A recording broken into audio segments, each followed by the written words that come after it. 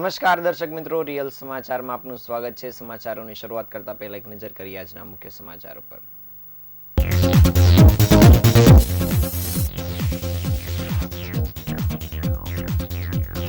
ફૂલપાડા વિસ્તારમાં gas સિલિન્ડરમાં blast થતા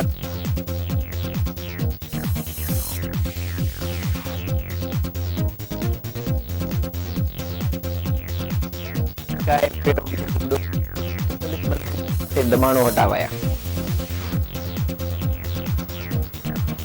ડોક્ટરના prescription વગર નશાકારક સિરપ વેચાણ કરતા મેડિકલ સ્ટોર સંચાલકની ધરપકડ।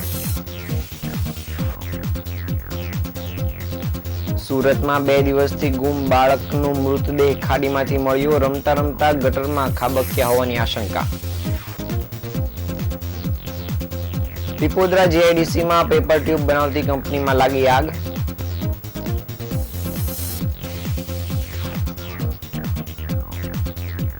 આજથી 3 દિવસ માટે સુરતમાં ડીજીપી કપ ટુર્નામેન્ટનો પ્રારંભ। સુરત સહિતના અલગ અલગ જિલ્લાઓની ટીમે લીધો ભાગ।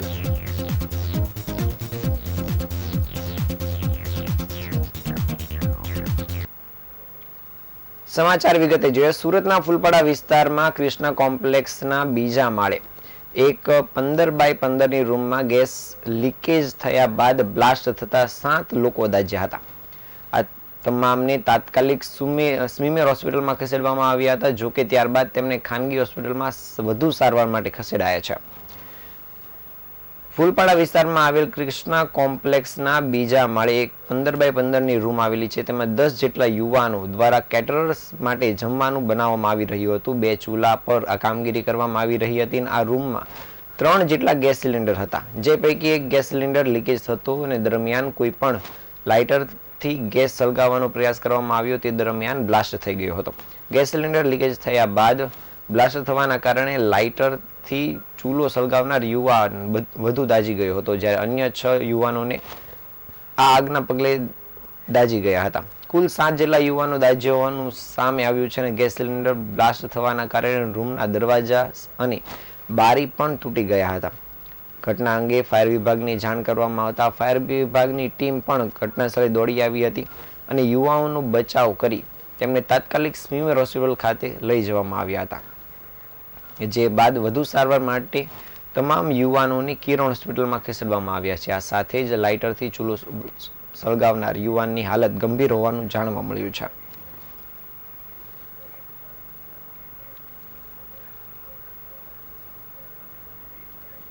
ફૂલપાડા વિસ્તારની અંદર અહીંયા જીઆઈડીસી નજીક ક્રિસ્ટા એપાર્ટમેન્ટ આવેલું છે। ત્યાં મેસની ચાલે છે, મતલબ આપણે જાતિ ભાષામાં કહીએ તો લોજિંગ ચાલે છે, મેસ ચાલે છે।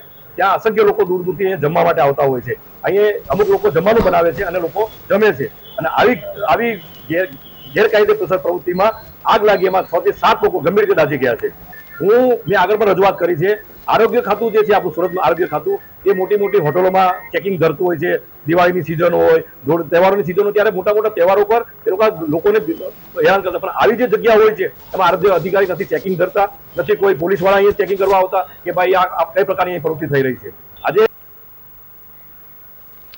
સુરત મહાનગરપાલિકાના લિંબાયત ઝોન વિસ્તારમાં મારુતિ નગરથી મદીના મસ્જિદ રોડ પર 18 મીટરનો રોડ છે, પરંતુ તેના પર દબાણ હોવાના કારણે આ રોડ સાંકડો થઈ ગયો છે।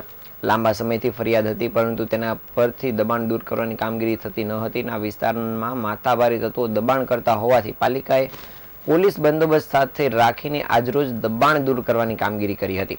પાલિકાએ દબાણ દૂર કરતા લિંબાયત વિસ્તારમાં લાંબા સમયથી સમસ્યાનો હાલ પૂરતો અંત આવ્યો છે। આ રોડ પર દુકાનની બહાર ઓટલા બનાવાયા હતા, તે પણ જેસીબીની મદદથી તોડી પાડવામાં આવ્યા હતા। સુરત પાલિકાના લિંબાયત ઝોનમાં ટીપી સ્કીમ નંબર 38માં મારુતિનગર ચોકથી લિંબાયત મદીના મસ્જિદ સુધીનો રોડ 18 મીટરનો છે, પરંતુ આ વિસ્તારના દુકાનદારોએ દુકાન બહાર ઓટલા બનાવી દેવા સાથે બહાર દબાણ કરી દીધું હતું, તેમજ વાહન વ્યવહાર માટે આ દબાણ નડતરરૂપ સાબિત થતું હતું અને ટ્રાફિકની સમસ્યા થઈ રહી હતી। જો કે આ અંગેની ફરિયાદ બાદ પણ પાલિકા દબાણ દૂર કરવાની કામગીરી કરી શકી ન હતી અને આ વિસ્તારમાં માથાભારે દબાણ કરનારાઓ દબાણ કરતા હોવાથી પાલિકા દબાણ દૂર કરવાની કામગીરી કરી શકતી ન હતી. લાંબા સમય બાદ આજે પાલિકાએ પોલીસ બંદોબસ્ત સાથે રાખીને દબાણ દૂર કરવાની કામગીરી કરી હતી. પાલિકાએ દબાણ દૂર કરવાની કામગીરી શરૂ કરતા કેટલાક માથાભારે તત્વોએ હોબાળો મચાવ્યો હતો. જોકે પોલીસ અને પાલિકાના સિક્યુરિટી ગાર્ડ હોવાથી આ વિરોધ વચ્ચે પાલિકાએ દબાણ હટાવવાની કામગીરી કરી હતી. આ રોડ પર માથાભારે દુકાનદારોએ દુકાન બહાર ઓટલા બનાવી દીધા હતા. તે ઓટલાને જેસીબીની મદદથી તોડી પાડવામાં આવ્યા હતા. આ ઉપરાંત અન્ય દબાણ અને બોર્ડ દૂર કરી દેવામાં આવ્યા છે. પાલિકાએ દબાણ દૂર કરવા હાલ પૂરતું આ રોડ પરથી દબાણની સમસ્યા હળવી થઈ છે અને પાલિકાએ દબાણ કાયમી દૂર કરવા માટે આ કામગીરી સમયાંતરે કરવા માટેની વાત કરી છે.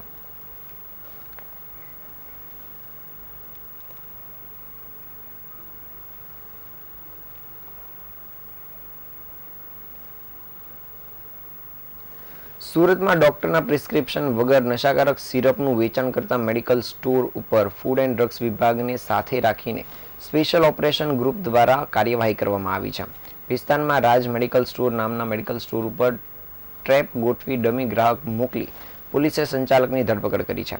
સુરત શહેરમાં સિરપ અનેક મેડિકલ સ્ટોર પર ડોક્ટરના પ્રિસ્ક્રિપ્શન વગર નશાકારક સિરપ કોડિંગ અને ટેબ્લેટ ડ્રામાડોલ નામના નશાકારક ડ્રગ્સનું વેચાણ કરવામાં આવે છે. લોકોનું સ્વાસ્થ્ય સાથે છેડા થતા હોય તથા યુવાધન આવી ગોળી તથા સિરપનું સેવન કરીને નશાખોરના રવાડે ચડતા હોય છે. જેથી આવા મેડિકલ સ્ટોર શોધી કાઢી તેમના વિરુદ્ધ કાર્યવાહી થાય આ માટે સ્પેશિયલ ઓપરેશન ગ્રુપે ફૂડ એન્ડ ડ્રગ્સ વિભાગને સાથે રાખીને ભેસ્તાનના એક મેડિકલ સ્ટોર ઉપર કાર્યવાહી કરી હતી. ભેસ્તાન જીયાઓ બુડિયા રોડ વિસ્તારમાં એક મેડિકલ સ્ટોરમાં આવી નશાકારક દવાઓ ડોક્ટરના પ્રિસ્ક્રિપ્શન વગર વેચાતી હોવાની બાતમી મળતા ઓપરેશન ગ્રુપે કાર્યવાહી કરી હતી. એસઓજીએ ડ્રગ્સ ઇન્સ્પેક્ટર સોમિન પટેલને સાથે રાખીને દુકાન નંબર 4 ગ્રાઉન્ડ ફ્લોર સોમેશ્વર નગર સોસાયટીની નજીક આવેલ રાજ મેડિકલ સ્ટોર ઉપર ટ્રેપ ગોઠવીને ડમી ગ્રાહકને મોકલી મેડિકલ સ્ટોરના સંચાલક રાકેશ પ્રજાપતિને ઝડપી પાડ્યો હતો. ગ્રાહકને કોઈપણ જાતના ડોક્ટરના પ્રિસ્ક્રિપ્શન વગર તેઓ નશાયુક્ત થવાનું વેચાણ કરતી સિરપનું વેચાણ કરતા હતા. સિરપની 6 બોટલ તથા નશાકારક ટેબ્લેટ મળી આવતા સંચાલકની ધરપકડ કરવામાં આવી છે અને હાલ પોલીસે આ સંચાલક વિરુદ્ધ કાયદેસરની કાર્યવાહી હાથ ધરી છે.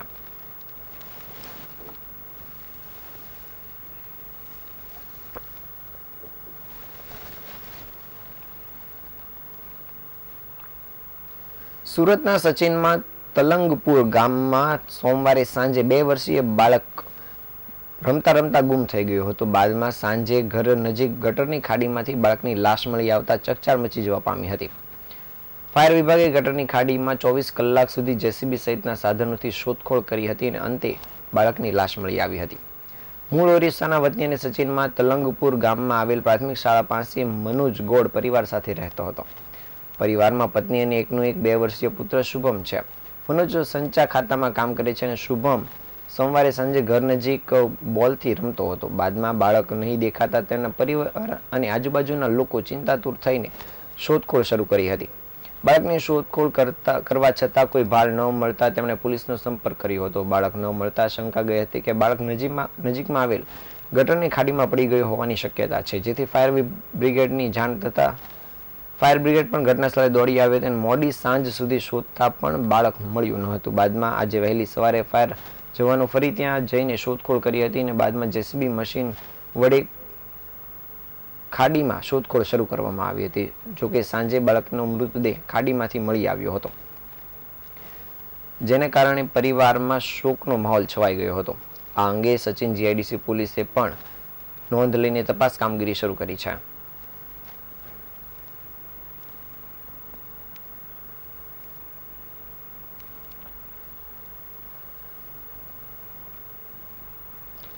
માંગરોળ તાલુકાની પીપોદરા જીઆઈડીસીમાં વધુ એક આગની ઘટના સામે આવી છે. ગત મોડી રાત્રે એક પેપર ટ્યુબ બનાવતી કંપનીમાં આગ લાગતા નાસભાગ મચી જવા પામી હતી. સ્થળ પર દોડી આવેલ ફાયર વિભાગની ટીમે પાણીનો મારો ચલાવી આગ પર કાબુ મેળવ્યો હતો.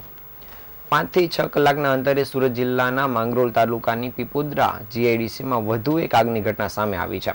ગત મોડી સાંજે પીપોદરા જીઆઈડીસીમાં આવેલ ટેમ્પો ગલીમાં એકતા એસ્ટેટમાં એક પેપર ટ્યુબ બનાવતી કંપનીમાં આગ લાગી હતી. બનેલી આગની ઘટનાને લઈ ભાગદોડ મચી જવા પામી હતી અને ઘટનાની જાણ સુમિલોન ફાયર વિભાગને કરવામાં આવતા સુમિલોન ફાયર વિભાગની ટીમ ઘટનાસ્થળે દોડી આવી હતી અને પાણીનો મારો ચલાવી આગ પર કાબુ મેળવ્યો હતો.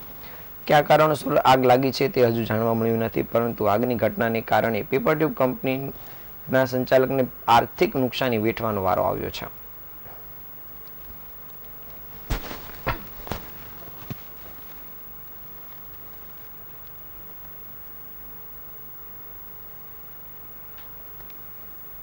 આજથી 3 દિવસ માટે સુરતમાં ડીજીપી કપ ટુર્નામેન્ટનો પ્રારંભ થયો છે. આ ટુર્નામેન્ટમાં સુરત, રાજકોટ, અમદાવાદ સહિતની અલગ અલગ જિલ્લાની ટીમોએ પણ ભાગ લીધો છે.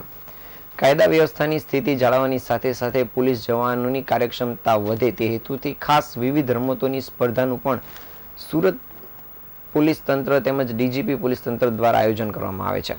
જે હેઠળ આજ રોજથી સુરતના ઘોડદોડ રોડ વિસ્તારમાં ઇન્ડોર સ્ટેડિયમમાં ડીજીપી કપ ટુર્નામેન્ટનું આયોજન કરવામાં આવ્યું છે. સુરતના મેયર દક્ષેશ માવાણી તેમજ સુરત પોલીસ કમિશનર અનુપમસિંહ ગહેલોત દ્વારા આ ટુર્નામેન્ટનો શુભારંભ કરાયો હતો.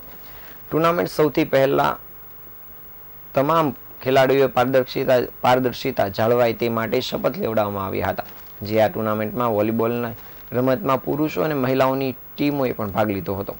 આ ટુર્નામેન્ટમાં 200 જેટલા ખેલાડીઓનો સમાવેશ કરાયો છે. આ ટુર્નામેન્ટમાં કમિશનરેટ તેમજ રેન્જ વિભાગના પોલીસ કર્મીઓએ ભાગ લીધો છે. પોલીસને સ્ટ્રેસથી દૂર કરવા માટે અને એકબીજા સાથે સંકલનમાં રહે તે હેતુથી આ ટુર્નામેન્ટનું સમગ્ર આયોજન કરાયું છે. આ ટુર્નામેન્ટમાં સુરત, રાજકોટ, અમદાવાદ સહિત અલગ અલગ જિલ્લાઓની ટીમોએ ભાગ લીધો છે.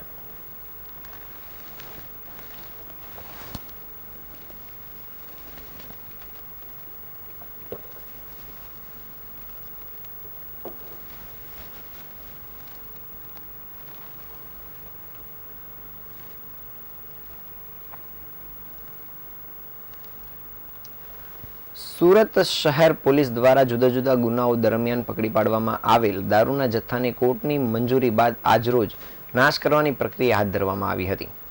જેમાં આજરોજ ડિંડોલી વિસ્તારમાં કુલ ₹89 લાખના દારૂનો જથ્થાનો નાશ કરાયો હતો. સુરત શહેરના ઝોન 1 વિસ્તારમાં આવેલા કાપોદરા, સરથાણા, વરાછા, પૂણા અને સારોલી પોલીસ સ્ટેશનમાં વર્ષ 2023 અને 24ના સમયગાળા દરમિયાન જુદા જુદા ગુનાઓમાં પકડાયેલ વિદેશી દારૂના જથ્થાનો આજરોજ નાશ કરવામાં આવ્યો હતો. આ વર્ષના સમયગાળા દરમિયાન પોલીસ તંત્ર દ્વારા પકડી પાડવામાં આવેલ દારૂના જથ્થાને સમયે પોલીસ તંત્ર દ્વારા નાશ કરવામાં આવતો હોય છે. ત્યારે આજરોજ ઝોન 1 વિસ્તારના હેઠળ આવતા પોલીસ તંત્રમાં પકડાયેલા ₹89 લાખના દારૂના જથ્થાનો નાશ કરાયો હતો. ઉચ્ચ પોલીસ અધિકારીઓની હાજરીમાં ડિંડોલી વિસ્તારમાં આ કામગીરી હાથ ધરવામાં આવી હતી. જેમાં ₹89 લાખ દારૂના જથ્થા પર બુલડોઝર ફેરવી દેવામાં આવ્યું હતું.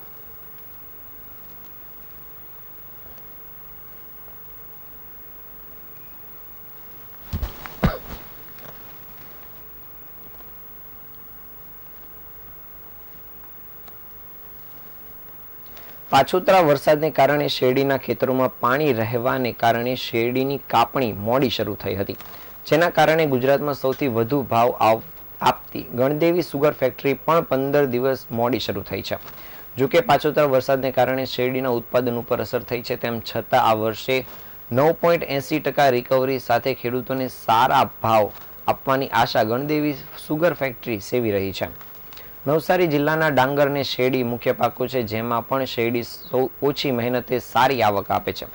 જેથી નવસારીના મોટાભાગના ખેડૂતો શેરડીના પાક લેતા હોય છે. પરંતુ આ વર્ષે થયેલ અતિવૃષ્ટિને કારણે શેરડીના પાક ઉપર પણ અસર થઈ છે.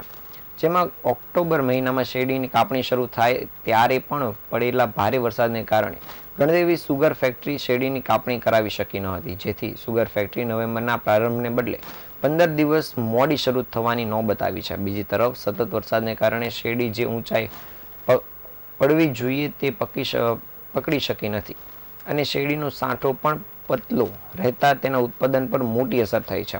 ખેડૂતો માની રહ્યા છે કે એક એકરે 20 થી 25 ટન શેરડીનું ઉત્પાદન થતું હતું તે આ વખતે 5 થી 10 ટન જેટલું ઘટી ગયું છે. તેના પગલે સુગર ફેક્ટરી જો પોષણક્ષમ ભાવ ન આપે તો ખેડૂતોને મોટું નુકસાન સેવાનો વારો આવી શકે એમ છે. પરંતુ બીજી તરફ સુગર ફેક્ટરી દ્વારા પણ ખેડૂતોને સારો ભાવ આપી શકે તે માટેના પ્રયત્નો કરાઈ રહ્યા છે.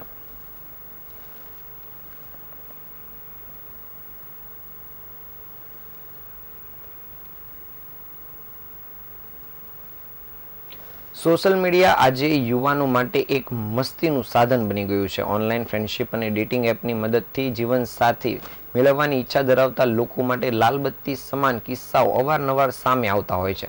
ત્યારે નવસારી જિલ્લાના ગણદેવી તાલુકાના શહેરમાં પણ આવો જ એક કિસ્સો સામે આવ્યો છે.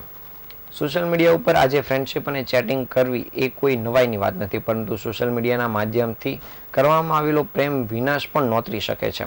એવો જ એક કિસ્સો નવસારી જિલ્લાના ગણદેવી તાલુકાના શહેરમાં સામે આવ્યો છે, જ્યાં એક યુવતીએ સોશિયલ મીડિયા થકી યુવક સાથે પ્રેમ કરવો ભારે પડ્યો છે. લગ્નની લાલચ આપી યુવકે વારંવાર દુષ્કર્મ આચર્યું હતું અને પ્રેમિકાએ પોતાના પૈસાની માંગણી પ્રેમી પાસે કરતા યુવકે યુવતીના નગ્ન ફોટા સોશિયલ મીડિયા ઉપર વાયરલ કરવાની ધમકી આપી હતી અને 3,48,000 જેટલી માતબર રકમ પડાવી લીધી હતી. જોકે યુવતીએ હિંમત ભરી બિલીમોરા પોલીસ મથકમાં પહોંચી ફરિયાદ નોંધાવતા પોલીસે ગણતરીના કલાકમાં આરોપીને ઝડપી પાડ્યો છે, તેમજ તેની પાસેથી મોબાઈલ અને અન્ય ચીજવસ્તુઓ પણ કબજે કરી છે. હાલ પોલીસે આ યુવકને લઈને આગળની કાર્યવાહી શરૂ કરી છે.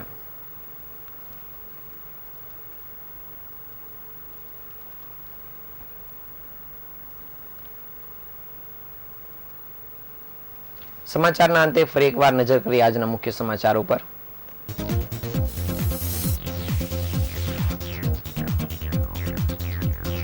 ફૂલપાડા વિસ્તારમાં ગેસ સિલિન્ડરમાં બ્લાસ્ટ થતા 7 લોકો દાઝ્યા.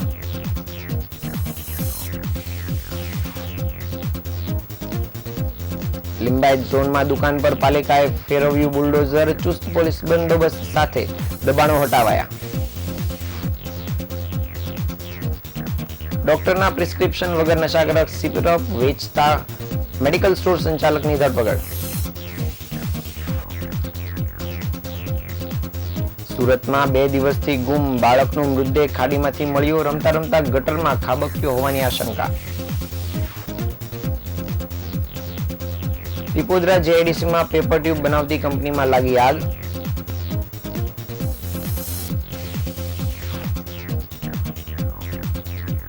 આજથી 3 દિવસ માટે સુરતમાં ડીજીપી કપ ટુર્નામેન્ટનો પ્રારંભ. સુરત સહિતની અલગ અલગ જિલ્લાની ટીમે લીધો ભાગ.